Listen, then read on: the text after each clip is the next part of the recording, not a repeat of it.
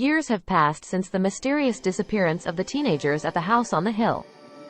The house has been abandoned, and the townspeople have avoided it out of fear. But one day, a young woman named Sarah arrives in town. She is a descendant of one of the missing teenagers, and she is determined to find out what happened to him. Sarah goes to the house on the hill and knocks on the door. But there is no answer. She tries the doorknob, and it turns. She opens the door and steps inside. The house is dark and dusty, just like it was when the teenagers disappeared. Sarah makes her way inside, exploring the house room by room. She finds old furniture, dusty paintings, and cobweb-covered books. But she doesn't find anything else. Sarah starts to think that she is on a wild goose chase. Maybe the rumors about the house are true. Maybe the house is haunted, and the teenagers are gone forever. But then, Sarah hears a noise. She turns around and sees a figure standing in the doorway. The figure is tall and thin, with long white hair and glowing red eyes. Sarah screams and runs. She runs through the house, trying to find an exit. But the doors and windows are all locked. She is trapped. The figure moves towards her, its eyes glowing brighter and brighter. Sarah backs away, but there is nowhere to go.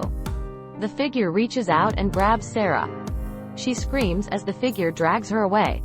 Sarah is taken to the basement of the house. The basement is dark and damp, and the air is thick with the smell of mildew. Sarah sees the other teenagers in the basement. They are all tied up and gagged. The figure that captured Sarah appears in the basement. It is the ghost of the house on the hill. The ghost tells Sarah that it took the teenagers because they were foolish enough to enter its house. The ghost says that the teenagers will belong to it forever. Sarah struggles against her bonds, but she cannot break free.